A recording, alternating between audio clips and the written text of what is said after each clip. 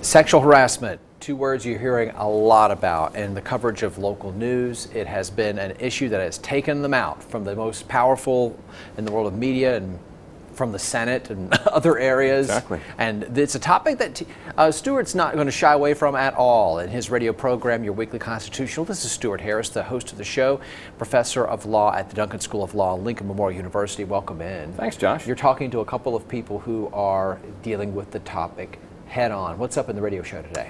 Well, do you remember the first time you saw the hashtag #MeToo on Facebook or Twitter? I noticed it, but like most people, I had no idea that we were just about to crack open the whole subject of sexual harassment, harassment in the workplace, all the rest of that. And we've just been watching one powerful man after another topple. This is in many respects a wonderful thing. It's a wonderful development that women finally feel free to come forward and talk about their experiences and bring bad people to justice. I mean, this is all very good. But justice is a very important concept, and there are also rights for the accused. And so I've been concerned, along with a lot of other people, that we don't hang people based on mere accusations, that there is some sort of process that is due. And Casey Johnson of Brooklyn College shares my concerns, and so I speak to him about those subjects. But first we speak to a law professor. Her name is Michelle Goodwin. She's from UC Irvine in California.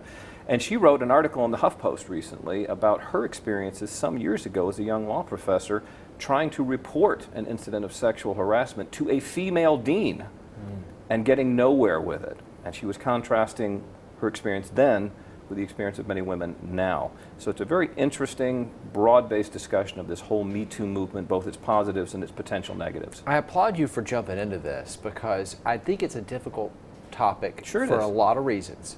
Because there are so many victims. Sure. It's been such a horrible process of dealing with those claims. But now, to question the process opens you up to criticism. I'm hearing Absolutely. people who are being criticized for asking all kinds of questions. Exactly, but let's remember the Duke lacrosse team. They were young men who engaged in behavior that most people wouldn't find particularly appealing, and yet they were not guilty of forcible rape. They were falsely accused. In many respects, their lives have been ruined by it. Think of the Rolling Stone article at the University of Virginia, which was completely fabricated and which defamed a whole fraternity at that institution, indeed the institution itself. False accusations do happen for a variety of reasons, and we've always got to protect the rights of the accused. If we protect the rights of accused murderers, then shouldn't we protect the rights of accused harassers? I mean, I think the answer is self-evident. We're in a moment now where maybe we're getting a little too enthusiastic and maybe getting a little too much ahead of ourselves.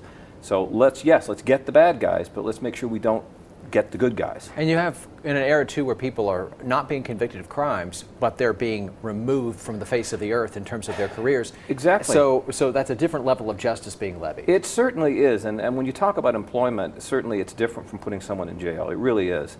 On the other hand, how many of us could get along without our jobs? And isn't our reputation important? And isn't our relationship with others important? So these are very, very serious issues. Someone recently said, and I think it's very wise, I can't source it so I won't try, but that it would all really just go away if people would stop treating each other badly. Yes, indeed it would. Amen to that, Josh. maybe that's our hope for 2018. There's your next topic. Is that we just stop this nonsense. Stop the garbage. Yes, and indeed. treat each other with respect. Thank you. Thank you, Good to Josh. see you, Stuart Harris. It's a program at Sunday at 3, Tuesday at 8, the rebroadcast, Your Weekly Constitutional. Stuart, thanks. Thank you, Josh.